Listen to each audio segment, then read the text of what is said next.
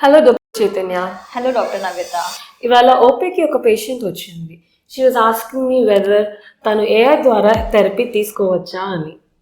చాలామంది పేషెంట్స్ కనిపిస్తుంది ఏఐ చాలా అనానిమిటీ మెయింటైన్ చేస్తుంది. వాళ్ళు ఏఐకి చెప్పిన విషయాలు ఎవరితో షేర్ చేయరు.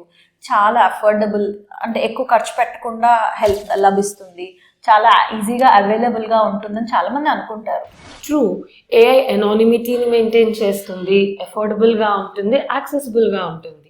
కానీ ఒక సైకియాట్రిస్ట్ మాత్రమే ఎమర్జెన్సీ సిచ్యువేషన్స్, అంటే అక్యూట్ సూసైడల్ థాట్స్ కానీ అక్యూట్ సైకోసిస్ లాంటివన్నీ బెటర్గా హ్యాండిల్ చేయగలరు. అలాగే పేషెంట్ యొక్క అన్కాన్షియస్ మైండ్ని చదవగలరు అండ్ పేషెంట్ ఎమోషన్స్ని, వాళ్ళ ఫేషియల్ ఎక్స్ప్రెషన్స్ని అండ్ వాయిస్లో చేంజెస్ని గమనించగలరు. ఇవన్నీ గమనిస్తూ పేషెంట్ రికవరీకి ఒక మంచి ఎంపతీని కూడా అందించగలరు.